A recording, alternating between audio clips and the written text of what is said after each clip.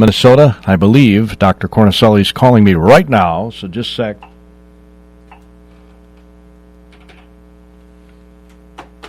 I'm assuming and hoping that this is Dr. Lou Cornicelli. It's Lou, yes. Whew. Boy, I wiped you said 9:30. Yes, I wiped the sweat off my brow. You said 9:30. Yeah. So. Well, when we go on the air at 9:30, we go on the air at 9:30. Oh, yeah. He didn't say to call in before 9:30. Yeah, just that's said okay. 9:30. That's okay, Lou. I should have told him to have you call 2 minutes before or something, and that's my bad. But I appreciate your being with me. Now, how do I introduce you? You've been the big game specialist, right? Well, I'm the wildlife research manager. Right. So I supervise all the wildlife research activities for the wildlife division.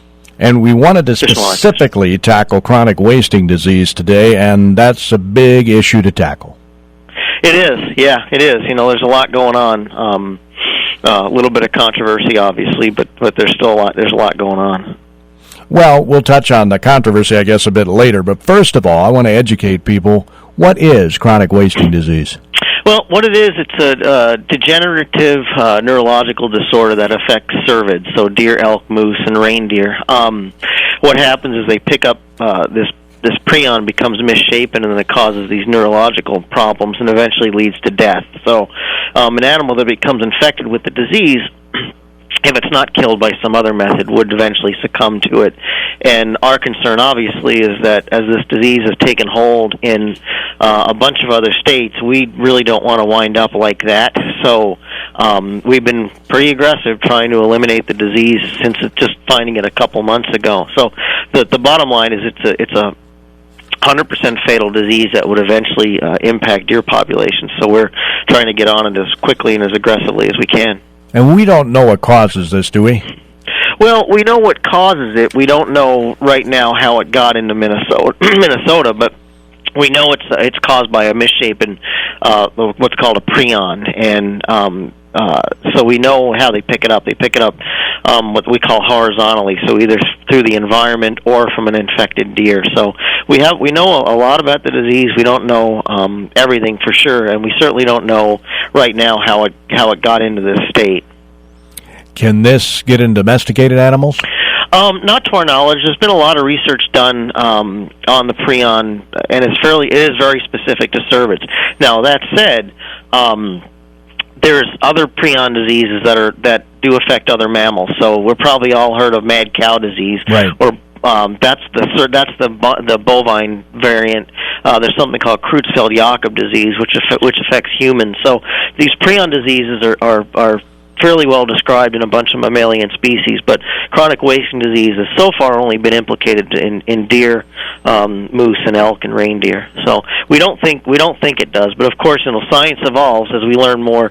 We describe more and take the next step. So we don't know for sure what the long-term implications on other species would be. But the data to date shows that it's pretty specific. Now you're dealing with an issue near and dear to my heart. I grew up in Fillmore County. Oh, you did? Yeah, so that's the hotbed of what is happening right now, right? It is, right. So there's a couple of things. We had the Pine Island elk farm / wild deer. We've got all this risk in Wisconsin and Iowa. So we decided to look at the Southeast as a whole and basically try and find the disease. So we set up our surveillance procedures, and again, not knowing where or if we'd find it, so we set up our fairly accepted methodology, and lo and behold, we collect about 2,800 voluntary samples, and we find 3 positives within a few miles of each other. So we have this special hunt, and we do about 600 and change samples, and lo and behold, we find a few more positives in the same area. So we open up the landowner special permits, and lo and behold, we find a couple more positives in the same area. So I think we've done a pretty good job determining the extent of our infection. We think it's pretty localized, which is why we're taking this real aggressive stance, because sure. if it is a pinprick on the map, then there may be something we can do about it over the short term. Okay, Lou, I got to take a little break here. Don't go away. We'll be back in just a few minutes, okay? You bet.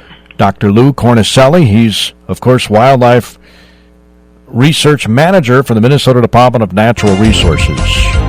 In the early going on Monday, soybeans Again, this morning on AM Minnesota, our guest is Dr. Lou Cornicelli, Wildlife Research Manager for the Minnesota Department of Natural Resources. And Lou, I want to thank you for taking time out of your busy schedule to be with us today. You still there, Lou? You still there? Yes, sir. Oh, okay. You had me scared there for a second. Oh, no, I'm not going anywhere. I almost had a heart attack on the airwaves. No, I'm just sitting here quietly. Yeah, not CWD now, mind you, but a heart attack. Almost had a heart attack. Yeah, I don't want that. So this can't also transmit into humans, right? No. This variety, no. The human variant is at CJD, so they're different. The research shows a fairly significant species barrier. So the natural infection among species hasn't really been shown, or hasn't been shown, not really. Yet you don't recommend eating deer meat. No, we don't. But that's kind of a different argument. We don't recommend eating anything that's not healthy. So that's certainly the choice. It's the individual's personal choice, but we don't recommend eating a known infected animal just because we don't think that's generally a good idea anyway. So how have things been going in Fillmore County? I know you had some sharpshooters in there. Yeah, we've got that going on now. It's picked up a little bit. There was a bunch of snow, but I think we're gonna lose snow here pretty soon. So I think it's going okay. In fact, we got a conference call today at 11 to talk about how much longer we want to go with sharpshooting, especially if we lose weather. So now in Preston, refresh my memory. They culled the herd by about 800 or so, right? Well, it's not in Preston. It's across I meant in Pine Island back in 2000. Oh, Pine Island. It was 1,100 the first winter. Then everything else we took was part of the regular hunting season. So we ended up testing about 4,000 deer, but only 1,100 of those were taken outside the regular hunting season. So, because we often get accused, DNR killed 4,000 deer. It's like, no, that's not technically correct. Most of those deer came from the regular hunting season. And we never got more aggressive because we never found another positive deer. What's the plan in Fillmore County? Well, the plan is to do what we can to eliminate the disease. We get accused of that means eradicate deer. It doesn't. Now that we've got this what we think is a localized infection, we're going to try and remove as many adult deer from that core as we can. And it's not going to be all of them, but it's certainly, hopefully, going to be a significant number of them. That way, we can limit that ability of that disease to kind of sustain itself. So most of the work that's been done on this disease, or really any other, you look at bovine tuberculosis in Michigan, the only real chance you have to eliminate a disease is to do it right away. If you don't, then you're going to have to live with it. And there's so much uncertainty as to the long-term implications of the disease that we're not willing to take that chance. This is happening though in so many states. It looks like it is. Yeah, it is. The difference is, and where people like to twist numbers around, is the difference is that we feel that we caught this on the very front edge of the infection. So it's probably only been here, hopefully, a couple of years. People say, well, Wisconsin's living with it. Well, the reality is Wisconsin found it about 20 years too late. So it's almost like preventative care versus waiting till the cancer spread, then going in and wondering why you can't be fixed. So we kind of view it differently, but I do say that if we get to a situation where we do feel that the disease has taken hold in the population, then we are going to scale back our response. So I think that's the only thing we can do. My biggest concern, my biggest question, I guess, is the number of deer that you do take. How did you come up with that formula, I guess? Well, there's two ways you do it. So it's not unlike polling. That's the easiest way to explain it. If you want to get of course, don't count this election because none of the polls work. But in general, if you want to do a poll of voters, you break it out based on, estimated proportion of the population, demographically, spatially, and you can come up with, we need to talk to 1,100 people, randomly selected in order to be plus or minus 3%.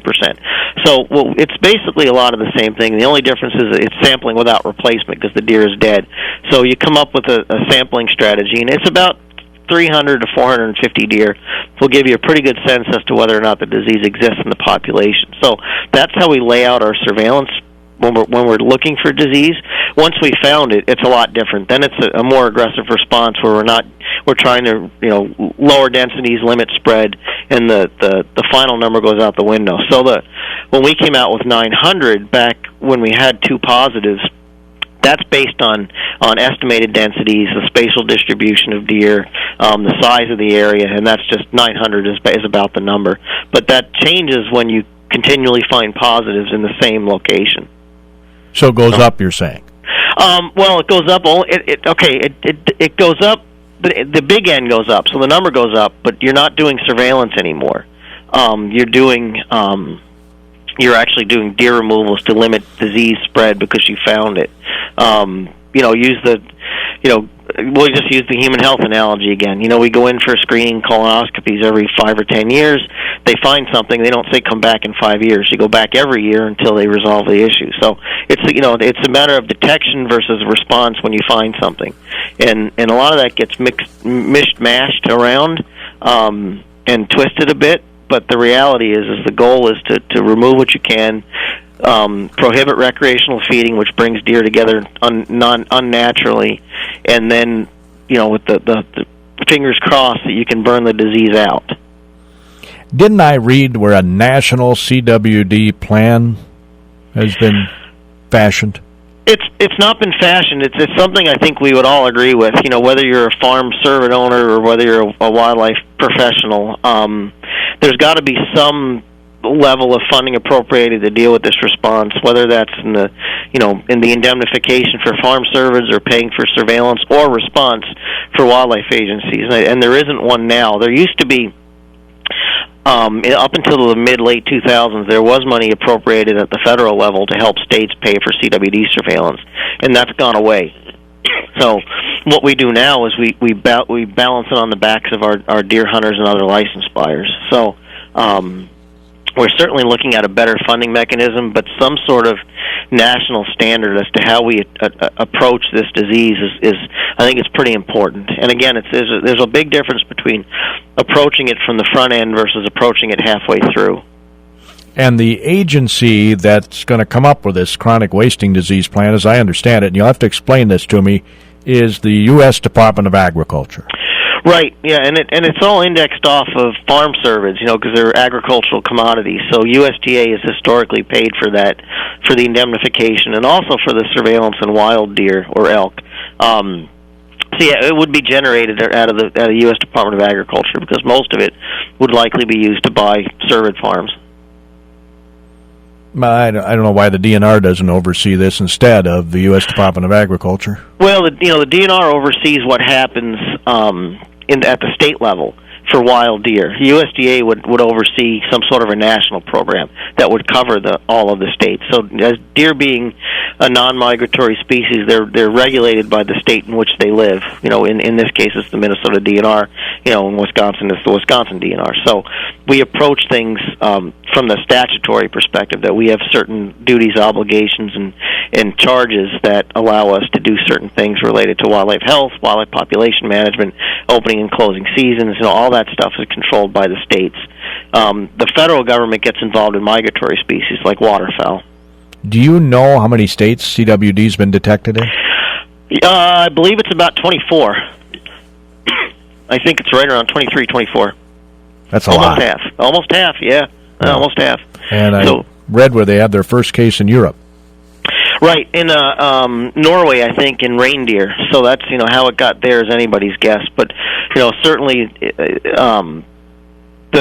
we're surrounded by it, and now we're part of it as well. Wisconsin's kind of stuck. Iowa's probably going to be pretty stuck. But I think that we're at least at this point in time we're in a better place. And I say that. Folks act like we've known about this disease for 25 years. We only found it in mid-November. And we've done a lot in the last, I don't even know how many months that is. It's all kind of running together the last 3 months or so. Well, actually, chronic wasting disease has been around since the 60s, right? 60, right. I mean, in our detection in Fillmore County, right? It was first described in '67 in Colorado, and then it was kind of moved around the country, at least in the eastern states, and has become endemic in a lot of those other states. So, again, we've done 50,000 deer since 2002. So we've taken a very aggressive approach for surveillance. If we find the disease, if the disease exists, we want to find it. We want to find it early. That's our goal. Even though it does meet with some angst among people with respect to, what are you doing to quote my deer hunting?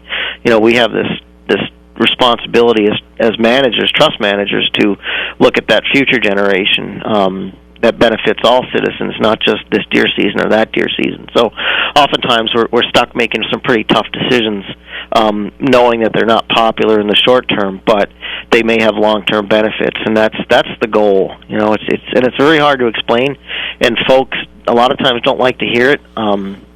But the reality is that we're managing deer populations or wildlife populations in general for that future generation. Your kids, your grandkids, and their kids. So. Well, I'm going to guess, Dr. Cornicelli, that this is not something you want to do. No, not at all. We get accused of this being a DNR jobs program and that, we're only doing this to pad paychecks and all this other nonsense. But I would probably rather be doing almost anything else, along with the folks that are working 40 and 60 hour or 60 and 80 hour weeks on this response. I mean, nobody wants to do this. But the reality is we're doing it because we're concerned about long-term white-tailed deer herd health. So that's I always laugh at that we're, this is just another DNR jobs program. It's like, I sure wish it wasn't. Most of the information I read was on the CWD Alliance website. Right. Yeah, that's a good website. That kind of keeps up on the national stuff. I would strongly encourage your listeners to go to the DNR website, mndnr.gov/CWD. We're updating our harvest or surveillance totals just about every day, and we're trying to keep as much information on that page as we can. Once we get through this sharpshooting period, and which may end sooner rather than later, we'll take a pause and be looking at opportunistic surveillance, road kills, that kind of stuff, until the fall deer season's open back up. With the sharpshooting, though, one thing that we're doing is we're focusing in the area of those positive deer. We're not going out 10 miles from Preston and shooting deer. We're really trying to remove animals, again, with landowner permission, from the area where we have the positives, because we want to affect this disease in the area that we found it. However, the CWD management zone was described as a 5-county area, right? No, that's the feeding band. So the management zone right now is just under 400 square miles. It may get a little bigger because we found that northern positive. We haven't talked about it yet. We have a feeding band that covers 5 counties. So what we do is we take this really precautionary approach. We don't know. We have a better handle on the spatial extent of the disease, but we want to do what we can over a much broader area to limit the opportunity for deer to be congregated through unnatural methods such as recreational feeding, salt, mineral attractants, commercial urine, or anything that can attract deer. So we tend to ban recreational deer feeding over a much larger area than what our CWD surveillance zone would be, and that's the precautionary principle where we're trying to do what we can to not allow a disease to kind of spread itself out across the landscape. According to the CWD Alliance, they say computer modeling suggests that this may have been present, CWD, in free-ranging population of mule deer for more than 4 decades. It has, yeah, and what they're starting to show, there's been 4 studies published recently that are showing long-term declines in deer populations because of the disease. So this disease isn't like the one that runs around Iowa and some of the southern states is called epizootic hemorrhagic disease. That's a disease that's spread by biting midges. And that's where you find large congregations of deer dead in water. And it's like, wow, you can look at it and visually see that there's a pretty pretty significant short-term impact to deer populations. But CWD is different. It starts out really slow, then the percentage of animals that are infected increases over time, and then you start seeing population-level effects. But it takes a long time to manifest, and that's my point about short-term versus long-term. In Wisconsin, they're starting to see increases in their prevalence rate, and at some point in time, they're going to start seeing the disease impact populations. So we're talking about something that might happen 20 or 30 years from now, not this year or next year. And that's again, it goes back to my point about being very difficult to explain. But we're talking about long-term impacts to deer populations, not short-term. I don't know if it's natural to assume or not, but you had the issue in 2011 over in the Orinoco Pine Island area. Yeah. Now in 2016-17, it's in the Fillmore County area. It's probably prevalent the entire time, wouldn't it? I don't think so. No, I don't. The reason I say that is because we did fairly extensive surveillance around in the Pine Island area. And then with the Iowa CWD in Alameda County in 2014, we actually did being conducted surveillance in Fillmore and Houston counties, and we did, I think, 400 and change deer and didn't find anything. And then we took 1 year off and came back in 2016 and found it. So I don't think we have a long-term established infection rate across an area. This looks like a point source infection. So how it became a point source is right now we don't know. We haven't seen a lot of the data to suggest how it got here, but it's not looking like something that's been on the landscape for very long at all. The only way to detect this is after they die, to do a look at the brain, right? It is, yeah. There's some, I'll call it a red herring. There's some folks that like to post on social media sites that there's a biopsy test that can be done to detect the disease, and that's only true. It's not a very sensitive test. In other words, it doesn't always detect the disease, and you actually have to catch the animal to get the biopsy. So it's something that the folks who own farm cervids are looking at, but they're trying to make a case that this is a wild deer surveillance method, and it would be logistically, economically, and intellectually impossible to catch every deer, do a rectal biopsy, wait for a test to come back, and then go kill that deer that's positive. I joked around. I put it in the silly category. Stuff that may work in domestic animals often, most of the time, doesn't work in wild animals. So right now, it's a dead animal test. It's like rabies. If you get a rabies test, you have to cut the head off the raccoon. Right. So there's really no practical live test for wild animals. So before I let you go, Dr. Cornicelli, and I appreciate again your joining me today, what kind of preventive measures can hunters take? There's several. Number one, if they see a deer that's acting strangely, call the local DNR office, especially if it's in Fillmore County. We're going to actively be looking for those deer that are symptomatic and could be positive. So don't kill it. Call you guys first. Well, you can't legally kill a deer out of season. Deer are protected, so you have to give somebody a call, and we'll take care of it. We'll respond pretty quickly and do what we can. But you can't legally shoot a deer and say, "Oh, it was sick," because people do that because they want to, not because it needs to be done. So it has to be killed by a wildlife employee or a conservation officer. Well, I guess I kind of meant in season when you're... in season for sure. We're going to be having, in this new CWD zone, which we're calling 603, it's going to be mandatory testing. So every deer that gets harvested that's an adult is going to be tested for CWD. So there'll be lots of regulations on our website. Okay. So there's that, plus the recreational feeding. It's not legal to feed deer. Don't feed deer. They'll do just fine without feed. And we know that feeding increases prevalence rates because it congregates deer in a not natural situation. So, let us know if you see something that's weird. Comply with our regulations and don't feed deer. Are probably three of the things folks can do to help us get on top of this and eliminate the disease. Yeah, it's really sad. Yeah, it's not fun, I'll tell you that. But I know you had a meeting a few weeks back over in Preston, and it was very well attended. I had some friends who were there. Yeah, there were 800 people. I was joking around that it was more respectful than any presidential debate I watched. But it was good. It was a good discussion. It's almost too many people to really have a good conversation, but I thought it went well. You know, we were stuck doing note cards for people to ask questions because you can't have a back and forth with 800 people. So we were stuck doing it a little bit differently than I would have liked, but I think it went okay. What was the gist of it that you got out of it, you think? Well, we got there's definitely some fear. You know, again, we did this back was it January? Yep. So, you know, we know a lot more now than we knew back then, even though back then was last month. So, it was end of December, I think we had, just before Christmas. So, the gist was, you know, folks have questions, they're concerned, they want to know what's going on, you know, they want the information, and it was just basically an information session. We had someone from Wisconsin come over and talk about their problem. We talked about current state of what we knew back in December, and then what our plans would be through April, and all the presentation and all that other stuff is actually on our website, so folks can go to that mndnr.gov/CWD and they'll find all of that info. But we've been, you know, trying to be responsive and answer questions and keep folks updated as to what we're doing. And you states are communicating with each other that have this about what's happening? We do.